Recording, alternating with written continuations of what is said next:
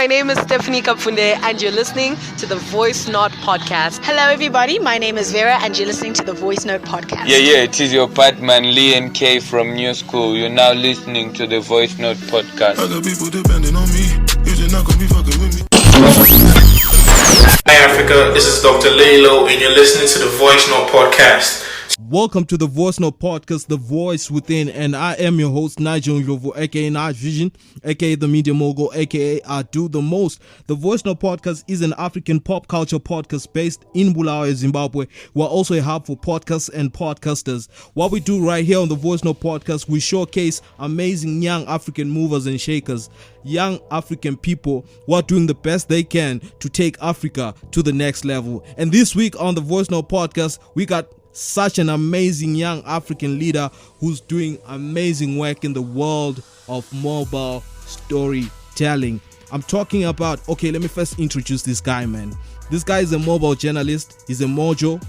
He's the co-founder of #OurStories. This guy has worked for CNN. He's worked for ENCA. This guy has traveled the world, man. I'm talking about Yusuf Omar. He was recently in the city of Bulawayo here to cover like a workshop teaching young people on how to use their mobile smartphones, tell amazing African real authentic stories. Through a friend and Instagram, I managed to scoop an interview with Yusuf Omar right here on the Voice Note Podcast. You know how we do right here. We always bring you the best in terms of young African leaders. And this guy, man, is a mover and a shaker, and he's the real deal. And we got him right here on the Voice Note Podcast, The Voice Within. This is an interview with Yusuf Omar right here, one of the pioneers of mobile journalism in the world, right here on the Voice Note Podcast. Stay tuned. I think discovering your purpose and passion is one of the most difficult things, right? Like sometimes they say if you want to know what your passion is, go to the bookshop and see which section you go to. And if you go to the food section, then you're passionate about food. For me, I discovered it by accident. I knew I loved travel, I knew I loved people, but I ended up studying marketing and management, graduated, realized I didn't want to do that, got a scholarship to do journalism, and fell in love with it. Fell in love with the idea of helping people tell their stories. Traveling to Syria, traveling to other war zones, conflict regions, natural disasters, definitely changes you as a person. It makes you a lot more empathetic, understanding of the kind of distressed lives that people live. It also fundamentally gave me an understanding of the resilience of humans, that in even the worst of circumstances, people can try to achieve a sense of normality, a sense of a family, of love, relationships. And I think that I increasingly look for constructive and positive stories even in the worst places. The thing I love most about what I do is disrupting the monopolies of voice. For the longest of time, the ability for people to tell a story has been isolated to very rich, wealthy men in big towers with satellite trucks and infrastructure.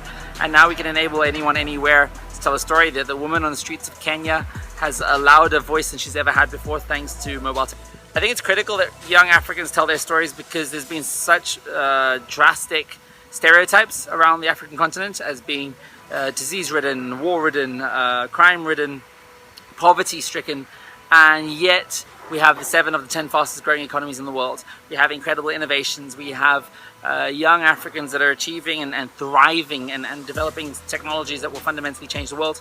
And we can't rely on traditional media to tell that story. We have to tell it ourselves. Zimbabwe strikes me as the most patient country that I've ever been to. A country with a highly educated population, but completely uneducated decisions.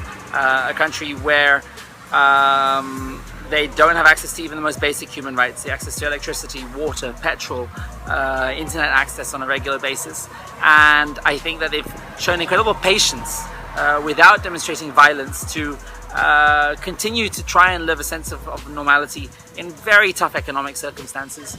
I think the future of Zimbabwe is bright. I think in this environment where people haven't received much in terms of social welfare, they've had to work it out for themselves. And in working it out for themselves, it's become a very innovative space. 2020 for Yusuf Omar and for #OurStories is really about prioritizing our community. We're going to really invest a lot of time in optimizing the best quality stories, developing the best tools and processes and apps and technologies to enable anyone, anywhere to tell the story through the camera And we're really going to focus on bringing global stories to the top of people's timelines, making people care about difficult stories like the water shortages here in Zimbabwe, because it's not going to be a solution that's just going to come from here. Everyone needs to work together to make it happen. I think the biggest success is #OurStories enjoyed has been achieving hundreds of millions of views now on platforms like Snapchat, really being able to bring stories from the global south to audiences in the United States and around the world, really being able to bust in stereotypes, taboos, stigmas. We want to talk about topics that are so important like menstruation. 50% of the world have a period, but yet we don't talk about it in traditional media. And I think the biggest success we've enjoyed is that 70% of our audience are 13 to 24 and 70% of our audience are women.